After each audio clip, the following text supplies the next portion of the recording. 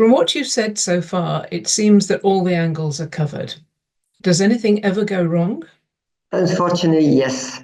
We're working with people and people can do something wrong. So all the procedures are there, but sometimes somebody forgets something, or like I said, this over package, that's really a closed bag where we put the drugs in, but sometimes they don't seal it right. And if then your bag should fall or your package falls and your infusion bag breaks, then you can have a spillage. If the seal isn't done right, you can have a spillage. So yes, things can go wrong.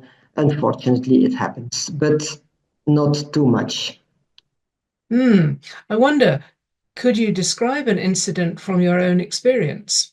Yes, I can. As I told you before, we have procedure for every thing that's involved with hazardous drug preparations.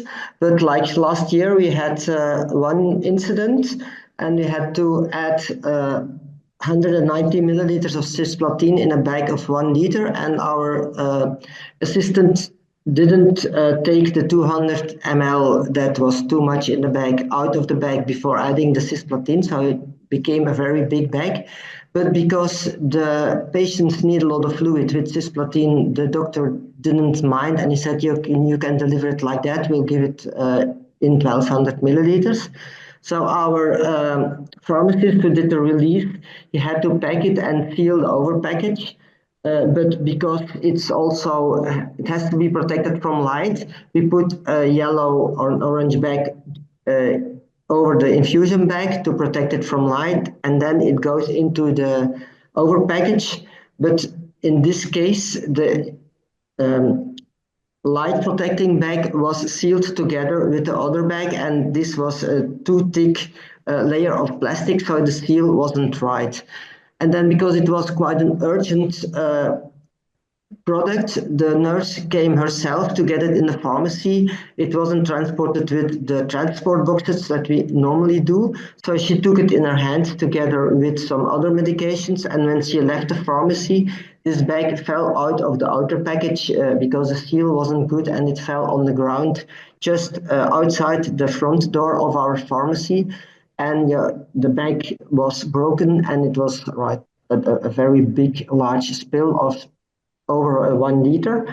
At that moment, they warned us. So myself and one of my colleagues went out of the pharmacy to clean it up with our spill box that we have for these cases. But like it was a very big spill, it was not enough material inside the box, so we asks for another colleague to bring us some extra materials.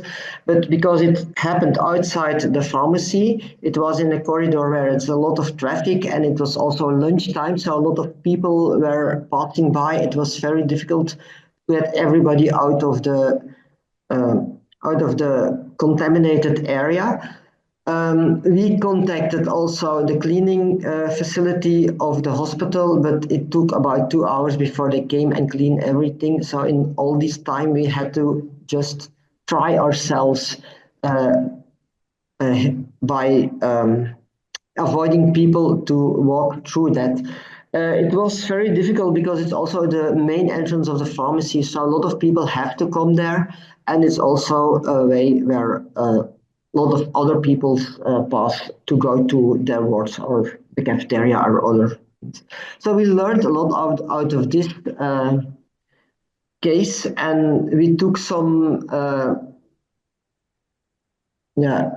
arrangements to avoid that it happens again, and we also have some revised some procedures to do it better when it should happen again. So we have, like, for instance, a back entrance of the pharmacy. We can make a detour and let people go in there, so it's easier to block the way where happened a big spill. So we learned a lot of things out of that, but unfortunately it still happens despite all the procedures we have. And do you have any closing messages for pharmacists and other frontline healthcare workers? I would recommend people to take the guidance document, the European guidance document. which is unfortunately only available now in English, but it will be translated to all member states, countries. So it will be in all languages. And well, the Commission promised to have it done soon, but it takes always more time than we hope for. But it will come in many languages. I would people recommend read that document and go to the table which is relevant for your profession. So you need not to read the whole document, but just take the sections that are relevant, which are mostly 3, 4, 5 sections out of the whole document. Take them, put them aside of your work process you have now today, and just compare and see if you can make some improvements. And if you think there are parts in it that are better, try to implement them and follow up. And in that way, you come to a level of good practice. That's why I say it's not best practice, but it's good practice. It's good standard practice. That should be done together with the risk assessment and the exposure assessment, because it's a combination. Because what you do, you change your process and you have to validate, has it improved or not? Otherwise, it doesn't make sense. So that means that you have to do some kind of monitoring exposure assessment. Based on the results, you can decide whether or not to do it frequently, how often. It can be 6 months, once a year, once in 2 years. But anyhow, that process, and do that together with your risk assessment. If you put it in that way, I think you have a very good and easy start of improving of the working conditions related to hazardous drug exposure. So that's what I would recommend. First of all, you have to be aware that you work with hazardous drugs. Then a good training and education of your personnel is also very important, so that people know what they're doing. And then make sure you have the right materials and the right procedures to work with, and train your people like every year, or that's a lot, maybe every 3 years, do just a retraining to make sure they get everything, and also to explain if you have some new materials or new procedures that you want to use. And in case of a spill, stay calm. Birgit Tans and Paul Sessink, thank you very much for talking to us about this important topic. That has been terrifically interesting and very thought-provoking. For more information about the work described in this interview, please visit the website using the links in the description. And please subscribe for more news, videos, journals, and podcasts.